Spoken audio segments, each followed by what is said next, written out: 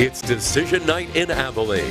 This is a special edition of KRBC Abilene's Local News at 10. A big night right here in Abilene and the country. Thanks for being here. I'm Lauren Ailes. And I'm David Bacon. And before we get to those local results, we want to go to the top race on your ballot. That's the race to be the next governor of the state of Texas. This was a crowded race on both sides of the aisle. Let's get right to the boards, starting with the Republicans. Governor Greg Abbott trying to keep his seat, a total of 8 people vying for this position. Abbott able to retain his seat easily with 68% of the votes. Coming in second is going to be Allen West, and third is going to be Don Huffines. Moving now to the Democrats, here are those latest results. Former Congressman Beto O'Rourke comes in as the winner with 92% of the votes. Coming in second is, looks like there's a tie there for Joy Diaz and Michael Cooper with 3%. So now it will be a 2-man race in November, Governor Abbott versus Beto O'Rourke. Now this was at the top of your ballot and certainly at the top of the minds of most Texans tonight. We want to get reaction from both campaigns. KRBC Austin Bureau correspondent Monica Madden leads our team coverage tonight from the Abbott Watch Party in Corpus Christi. The energy is high tonight for supporters of Governor Greg Abbott as he is one step closer to becoming Texas's top leader for a 3rd term. Now, neither of the wins for the Democratic and Republican primary in the governor's race are surprising. Recent polling had shown former Congressman Beto O'Rourke as the clear front runner amongst Democrats, and as well as Governor Greg Abbott as the clear front runner for Republicans. Now, notably, the incumbent Governor Abbott did face some challenges within the Republican field. Conservatives Allen West and Don Huffines were some of his strongest, most vocal opponents who often criticized the governor for not being conservative enough. Now, so far, Don Huffines has conceded. We are still waiting to hear from Allen West officially. But nonetheless, both Abbott and O'Rourke have been treating this as a 2-man race for months now, acting as if it was already, gearing up towards the November midterm elections. Take a listen to what O'Rourke had to say from Tarrant County tonight. This group of people, and then some, in 2018 made me the first Democrat to win Tarrant County since 1994. And this group of people, and then some, are going to make me the first Democrat to be governor of the state of Texas since 1994.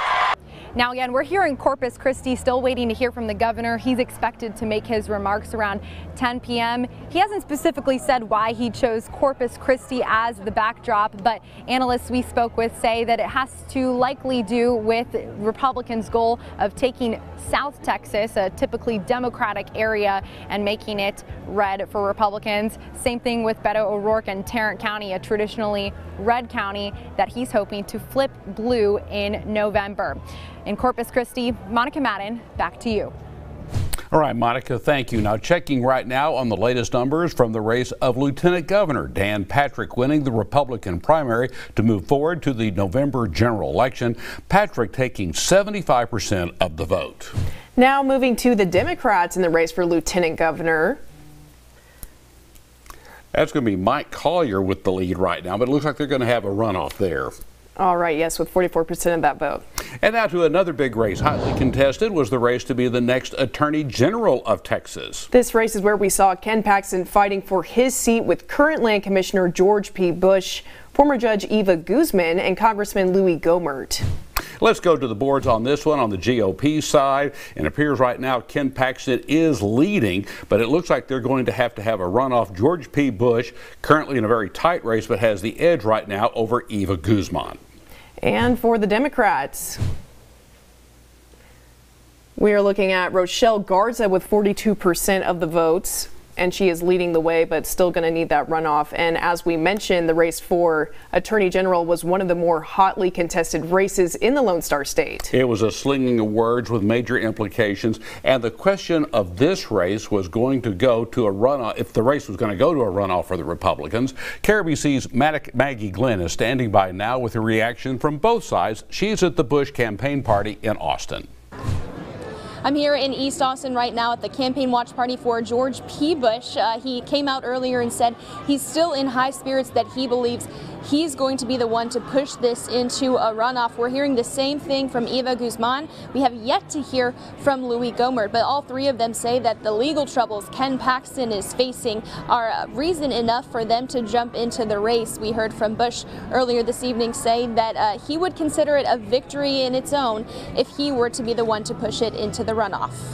Get in the runoff. Once you get in the runoff, that allows 90 days of extra innings to go out and prove yourself to conservative Republicans. There's probably about 3.4 million eligible Republican voters. Results, of course, are still pouring in. We won't have an official answer until later this evening. Reporting in Austin, Maggie Glenn, back to you. Thank you, Maggie. Now to the race for land commissioner. To the GOP side, Dr. Don Buckingham before redistricting, representing Abilene in the Texas State Senate. This race now goes to a runoff.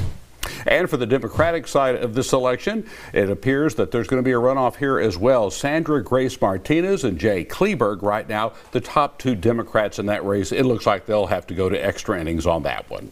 Switching to the race for Texas Ag Commissioner, incumbent Sid Miller easily moving forward in the race with, it looks like 59% of the votes. And to the Democratic side, and it looks like on the Democratic side is going to be Susan Hayes, the easy winner here in the Democratic side for the Texas Agriculture Commissioner, easily winning this race and moves on to the November general election.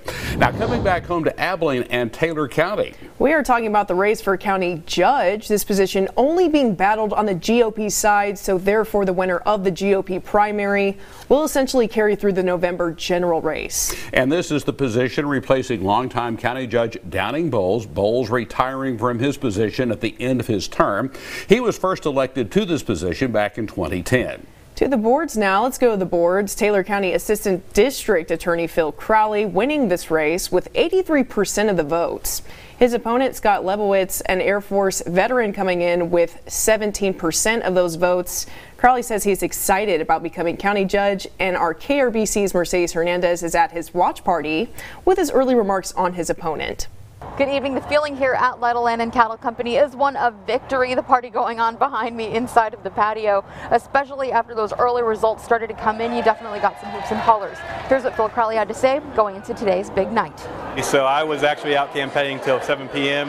Tonight. I was at Zion Lutheran waving a sign. You know, we'll just see how it turns out. You know, I'm thankful for him running, and I'm thankful for the people who went out and voted for him for participating in the process. But we'll just see how it ends up tonight. A few notes about Crowley. He was born here in Abilene on Dyess Air Force Base, is a graduate of Abilene ISD and Hardin-Simmons University. Now he will go on to start serving as judge in 2023 once current Judge Downing Bowles finishes his term at the end of 2022.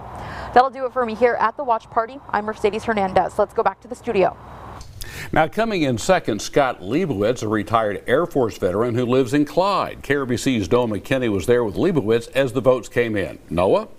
Yes, thank you. I spoke with Mr. Lebowitz just a few moments ago. He says his first outing into politics has taught him quite a bit. And though he's not coming away with a win tonight, he says the world will keep spinning tomorrow. You know, nobody wants to put in this kind of effort and come in second.